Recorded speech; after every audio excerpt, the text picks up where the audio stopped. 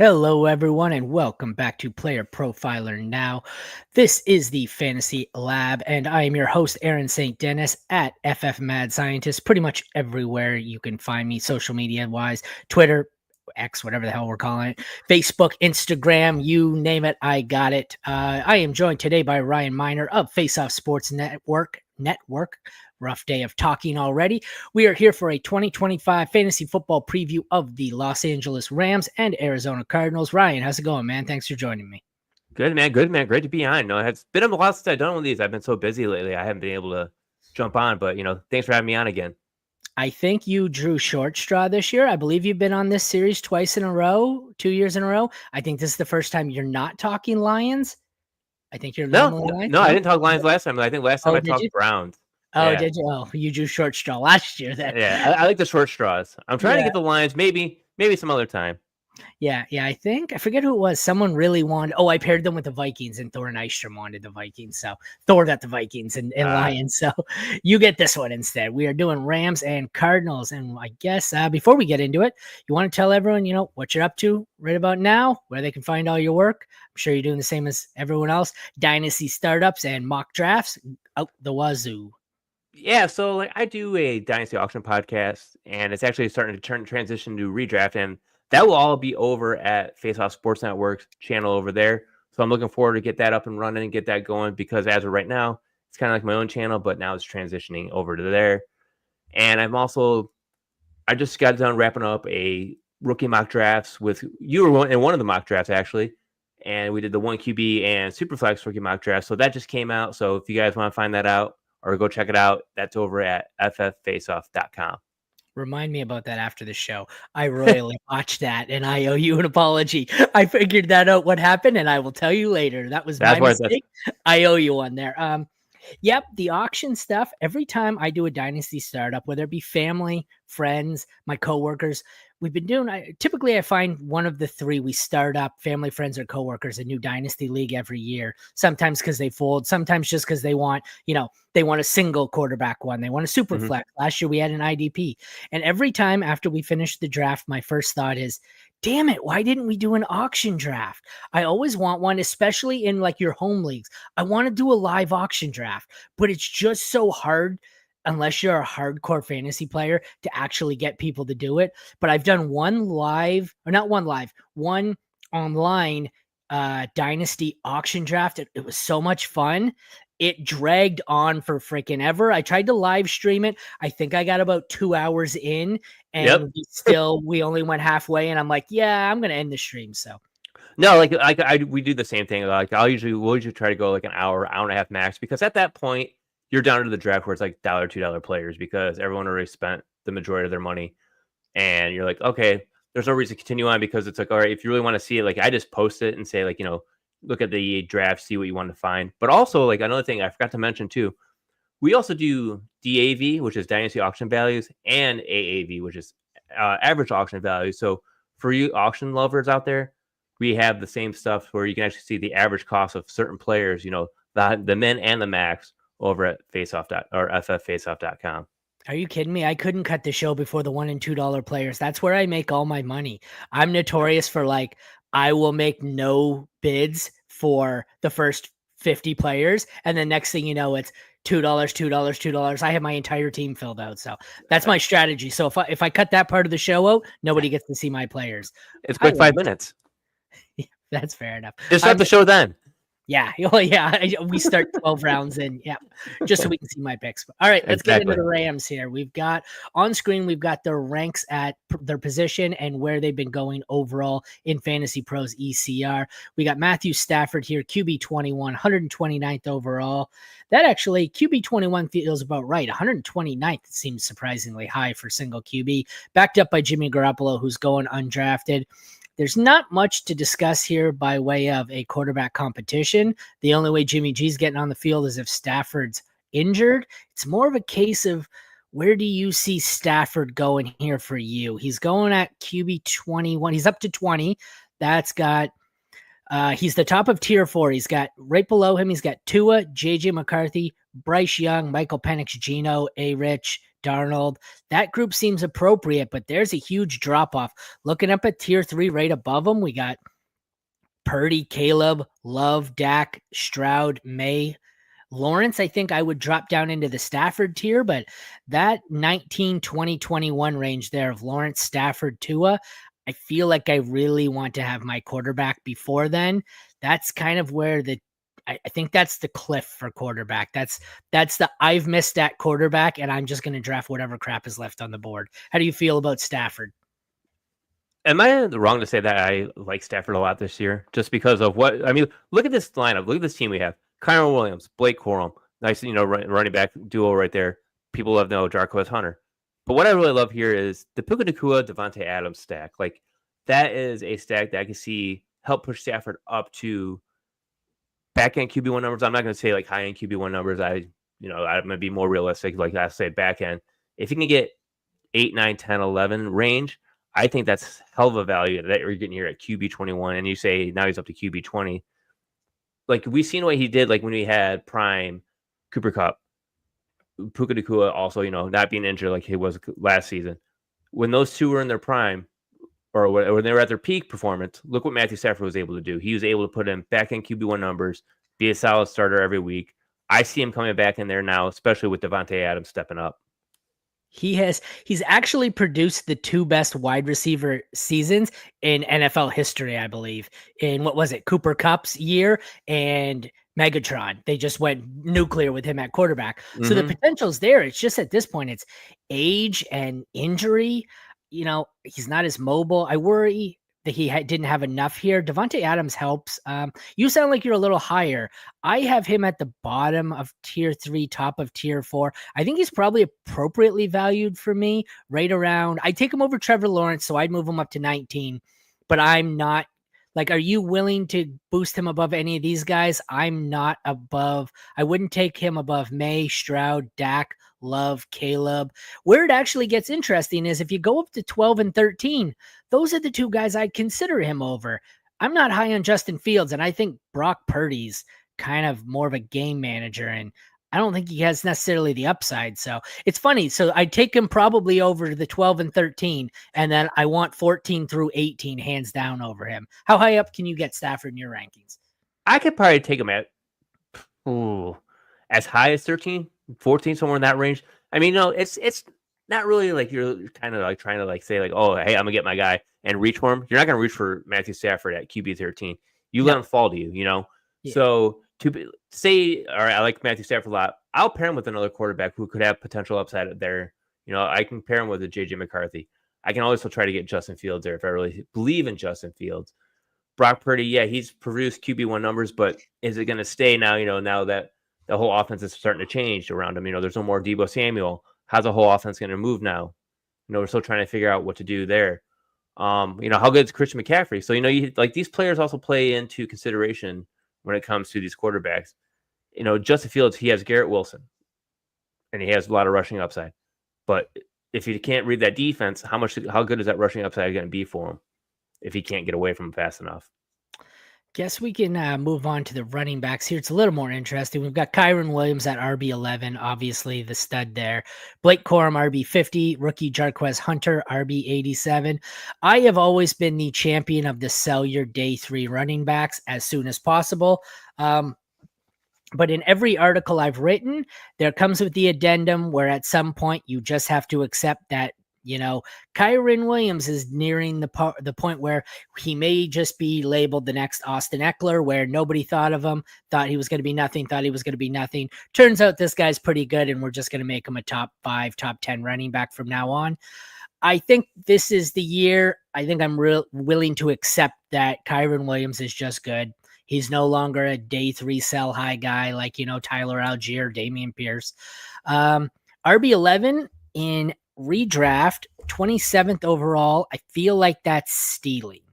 That's a very low rank. I don't hate the group he's behind. Like it's Genty, Henry, Achane, McCaffrey, Jacobs, Irving, Taylor, and then Kyron. But everyone in tier 3 of Chase Brown, Brees, Cook, Mixon, Walker. I think I like him significantly more than the tier 3 running backs. I think I'd probably take him over half the tier 2. and I'm not really big on Blake Corum. I'm a Michigan fan. I don't really love Blake Corum. Most of his work came as all his production was on the goal line in Michigan because his O-line was just that good. I think I'm going to be the high guy this year on Kyren Williams after years of saying day 3 running back, sell him. I think it's just time to accept that Kyren is going to be a stud. What do you think? I agree. Yeah, Kyren's going to be a stud. A lot of people will probably tell you that he's, this is the year to sell him because he's going to be injured. But when you can get a running back that gets over 300 carries in a season, that tells you something about Sean McVay. It's like, listen, 316 carries, almost 1,300 total rushing yards, 14 touchdowns.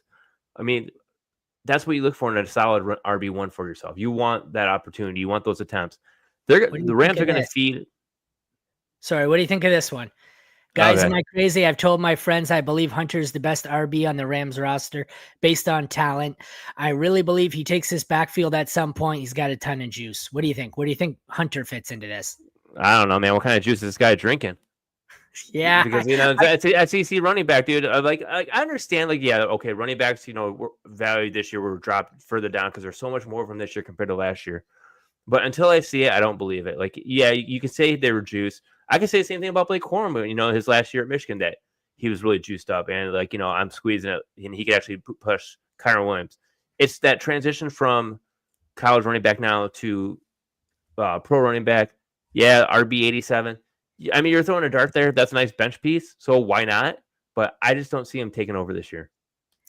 Trying to remember where was Jarquez drafted? Day 3, right? Yeah, he was the 4th round. Yeah, so I don't know. I liked Corum better last year. I wasn't high on Corum. Corum had better draft capital, and Corum didn't take the job. I like Hunter. I would have preferred Jarquez Hunter in a different landing spot. I think this one he's kind of buried. He might be the backup. I think, though, best case scenario here, he's the backup or gets the leftovers for Kyren Williams, and he has the hope for a Kyren injury. But I don't know. Like I said, after years of saying sell high, sell high, sell high on the day 3 running backs, I think I'm really ready to buy in on this one. So this one for me, it's Kyren. I guess if you're in a deeper format, like you're in Scott Fishbowl, both Corum and Hunter have some juice, and you can take a late flyer on them. But this one's got to be Kyren for me. I think Kyren's a value at RB11.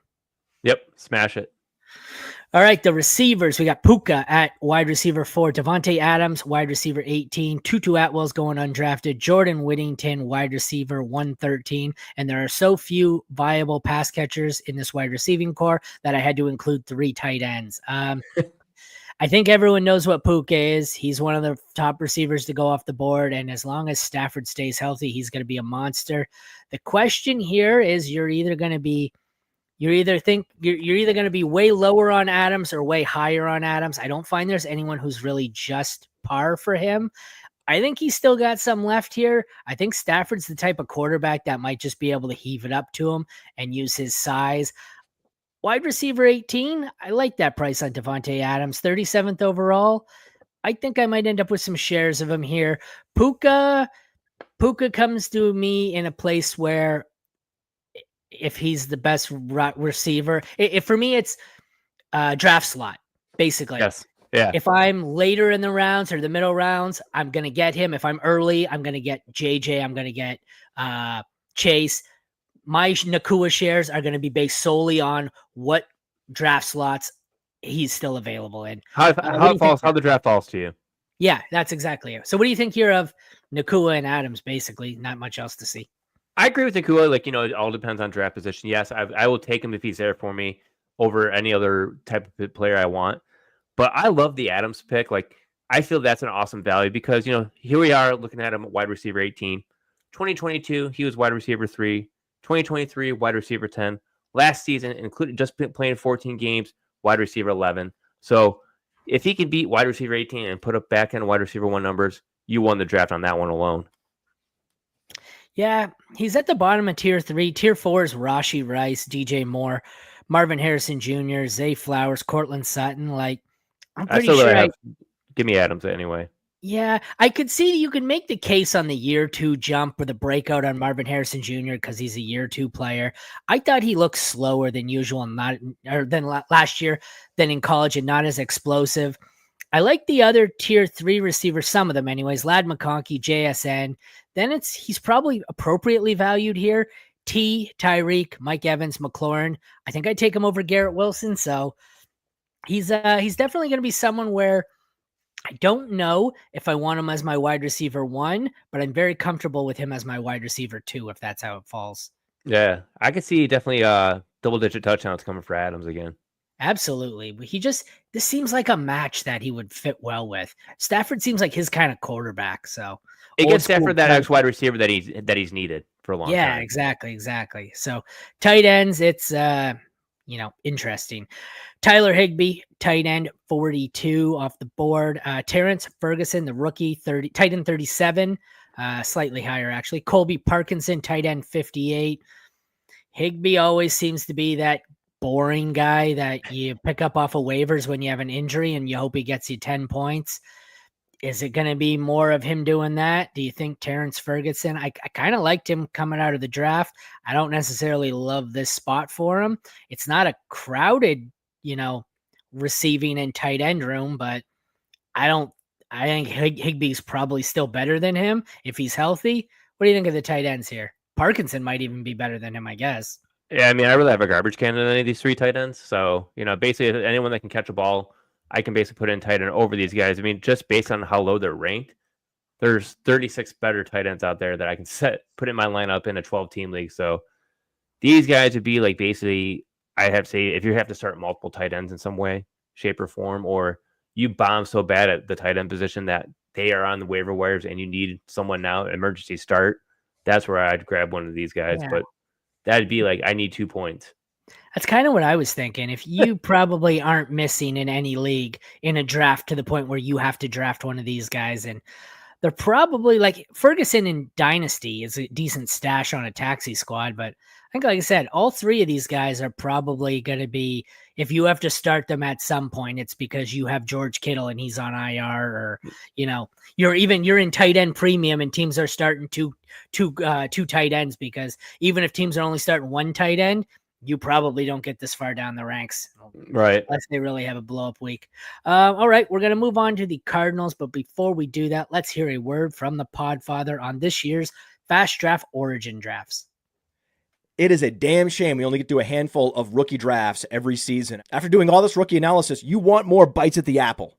And that's why we have the Fast Draft Origins tournament. You draft 6 rookies, the top 4 into your lineup. It's best ball style, and it's just $5 to win a $5,000 first prize. So if you're passionate about Taj Brooks or RJ Harvey, get on Fast Draft and use your favorite creator's code to get a $50 deposit match. A $50 deposit match to go make thousands of dollars drafting the rookies that you know and love.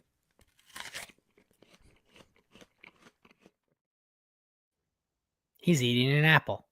And your favorite creator's code would be Mad Scientist if you want to use mine. Despite the fact that I can't play because I'm in Ontario. I have all sorts of money in the account, but it won't let me into a damn draft. I have to wait and go over to Michigan to use it.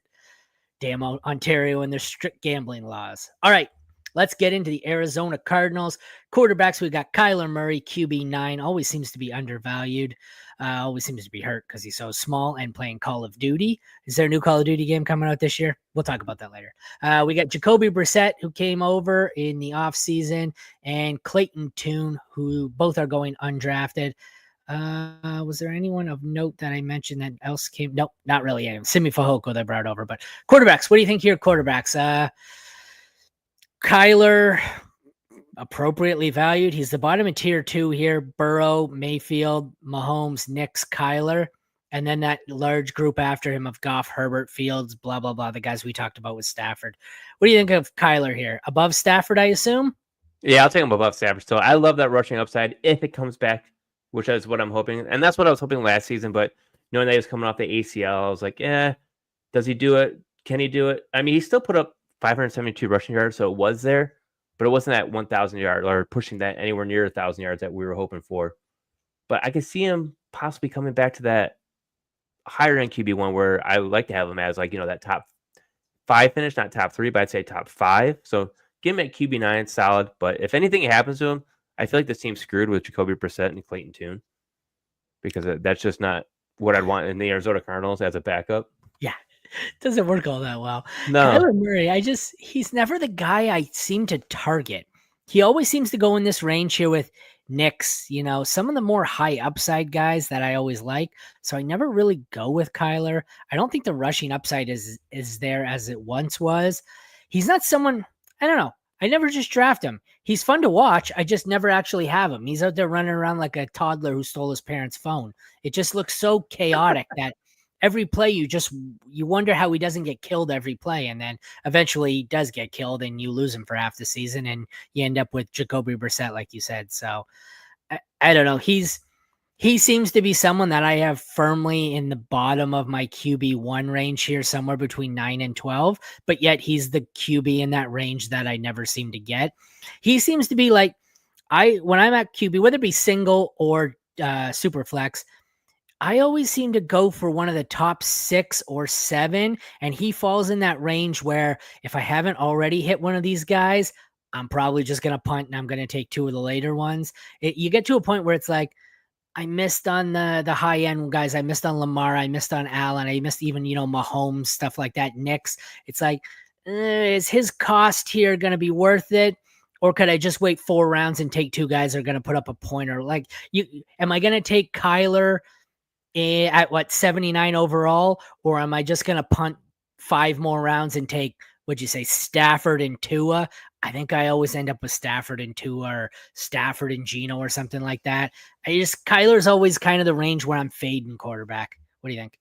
Yeah, I mean, Stafford's not a bad idea, but pairing up Tua with Kyler, that would be a bad idea. I feel like that you might as well just go ahead and get Kyler early and then take Matthew Stafford at the back end, because I'd rather have that pairing over a Tua pairing. So if you get Kyler Murray, thinking the injury, getting him at Stafford later, I'm all down for that type of stack. All right, running backs, we got James Conner at RB19 because he's old and allegedly injury prone, although I don't think he's missed multiple games in a few years. I feel like he's been relatively healthy. Trey Benson, who didn't get much work last year, injuries at some point too. Amari Demarcado was going undrafted.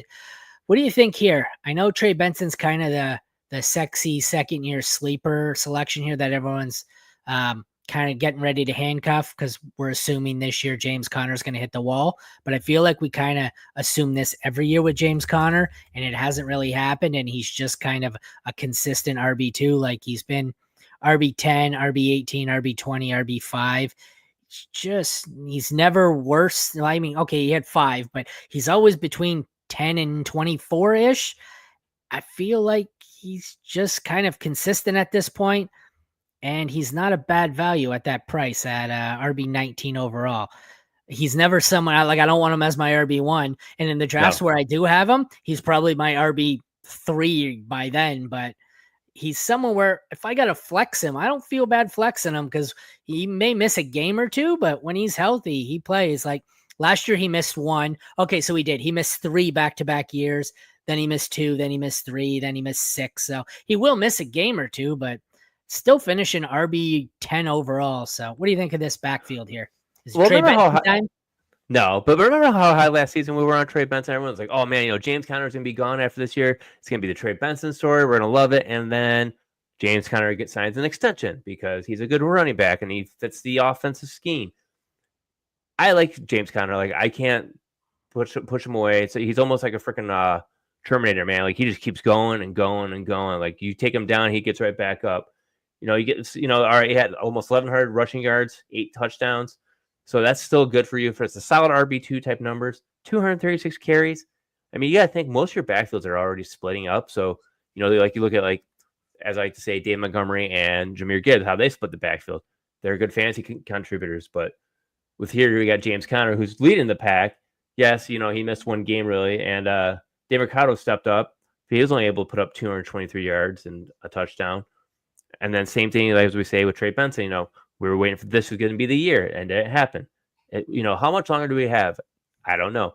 But if I have James Conner, I feel like this is a season to say, I'm not going to draft him as a handcuff, because I don't like doing handcuffs, because I feel like when you handcuff players, you handcuff your team, and you're kind of screwed. But if I don't have Conner on my team, I'm looking to go get Benson as a late round pick on my team.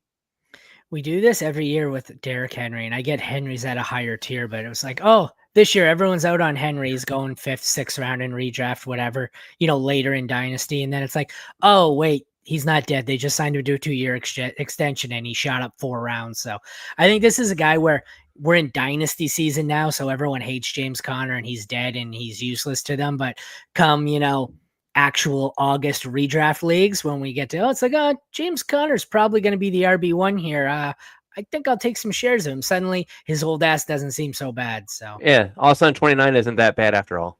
Yeah, Henry's 31. So we'll move on to the receivers here. We got Marvin Harrison Jr. after a somewhat disappointing rookie year, wide receiver 22.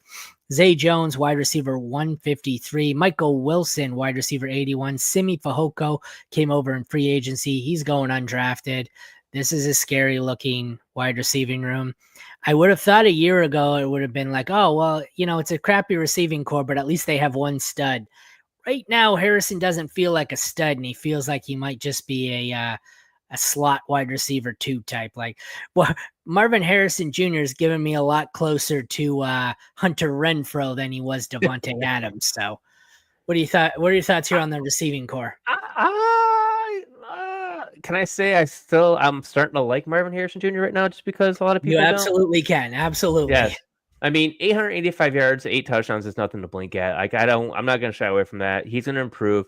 Kyler Murray, like, it just seemed like he just wasn't targeting him at the beginning of the season. Everyone's like, hey, you got this badass rookie wide receiver, throw him the goddamn ball.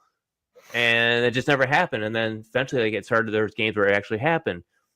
And I was even thinking this season, like, or this offseason during the draft, that they're actually going to draft another wide receiver, and they didn't. And I was like, so they must really trust this, or that they must think the scheme's going to work out well.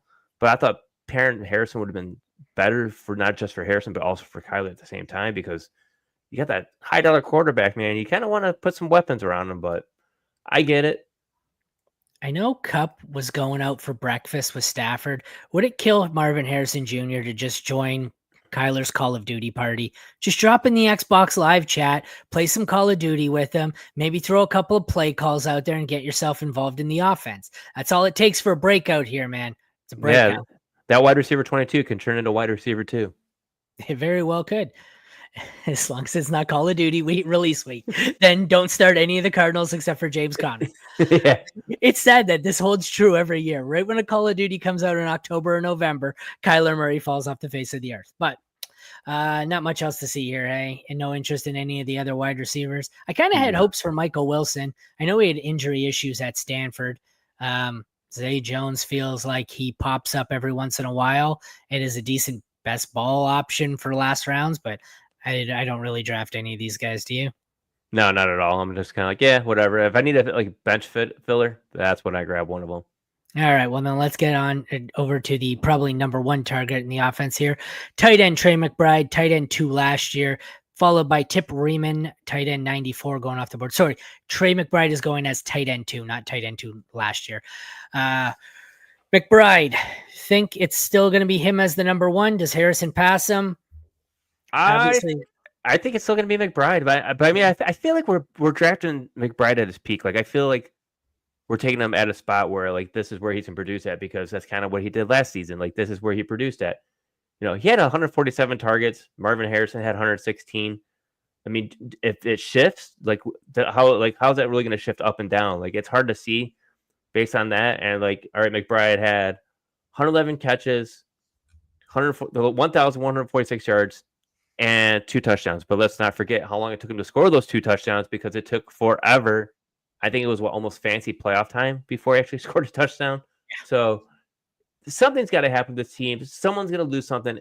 If Marvin Harrison gets better, does Trey McBride start to stumble a little bit? Or does Kyler Murray take that step up? That's what we need to see. We need to see if Kyler Murray could take that step up to boost both these guys up to even better potential. I'm looking at the strength of schedule matrix here over on Fantasy Pros. He does have bye week 8, so he's the bye Mageddon this year is week 8.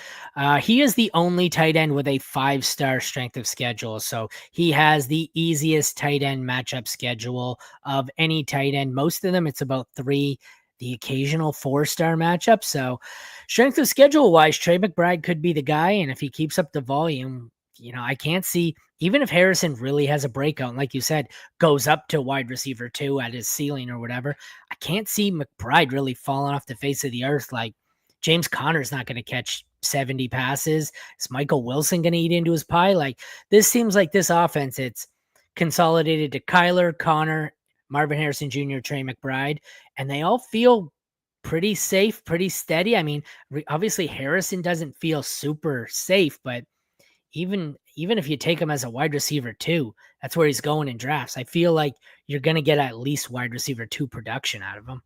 Yeah, and that's not too bad. I mean, like, Michael Wilson was actually third in targets. He had 71, but like that drop from Harrison down to Michael Wilson was quite a bit. But then after that, like, your fourth player was James Conner. So we know James Conner is going to be on the field. He's not getting off the field. So he'll definitely be a nice pass catcher still there too. So something's going to happen. We don't know yet because we can't read the future. But if we could, in a perfect world, we'd like to see both Marvin Harrison Jr. and Trey McBride jump up. All right. Before we close it out, let's switch back and do, I forgot this on the Rams, sleeper, a breakout, and a bust. I think we talked about this before. We kind of both agreed. I know it seems weird because it's Stafford, but Stafford is my sleeper. My breakout is going to be, my breakout is going to be Blake Corum on an injury, and my bust is going to be, wow, I hate a sleeper, and that's about it. What do you got? Can you help me out here? Sleeper, breakout, bust. You got any ideas? This roster, I can't call Kyron or Puka anything, so there's no one else. Yeah, like you and I talked earlier. Like, our sleeper both was the same, Matthew Stafford. Yes, he's already broke out before, but hey, you know what? He can do it again. Going this late as a quarterback, he's going to bust up. Breakout. I mean, if the truth is of everyone thinking Kyron Williams is going to be injured, yes, Blake Corum should take the next step up. But I think Jarquez Hunter, I would say, would be the ultimate sleeper if anything happens, and everyone thinks he's going to jump. And bust. Puka, just because he's going so high? Yeah, I mean, that's the only easy, logical thing. I mean, that's the easy answer because, like, yeah, wide receiver 4, you have to surpass 3 wide receivers in order to be the best wide receiver. So if you finish at wide receiver 4 or 5, 6, are you kind of a bust? In a way, but you still did good. But the only thing you can't hate it. The only thing I could have seen was like Kyron finally loses the job as a day 3 and becomes a committee, but I don't see that happening. So we'll close it out here with Cardinals sleeper, breakout, bust. I'll let you go first, I guess. It's another roster where it's kind of tough because there's only really 4 fantasy relevant players. Sleeper, breakout, bust. Who you got? So sleeper, I say, Kyler Murray jumps back up into top 5, so he can come back. Breakout, as I said, Marvin Harrison Jr., wide receiver 22. He has that potential to be the wide receiver 2. And let's say if he's going to go ahead and fall, and I think he might, let's say, bust, is Trey McBride. Yeah, just only because you're drafting him at a ceiling. There's not really anywhere to go. I agree with that. I don't think it'll be a bust altogether, but a bust at cost. So yeah. All right. Well, thank you for joining me for Rams and Cardinals. Before we get out of here, you want to take another second to tell everyone, what it is you do and where they can find you. Yeah, you can find me on X at RyanMiner_FFB. You can find me all my work over at FFFaceoff.com. You can catch me on YouTube, Faceoff Sports Network. We're definitely getting some things together on that right now. And if you have any auction talk, feel free to hit me up there too, as we have Absolute Auction podcast also coming on. All right. Thank you all for joining us for the 2025 Fantasy Football Preview of the Rams and Cardinals. I am Aaron St. Denis, and this has been the Fantasy Lab on Player Profiler Now. Check back in next Wednesday. We have Heath Cummings of CBS Sports previewing his Kansas City Chiefs and the Denver Broncos. Thank you all for tuning in. Take care. Have a great night. Hey, I want to thank you for being part of this broadcast. If you have any thoughts on it, leave a comment. If you enjoyed it, make sure you leave a like. And if you want to see more shows on the Player Profiler channel, subscribe to it. That's how we know you want more.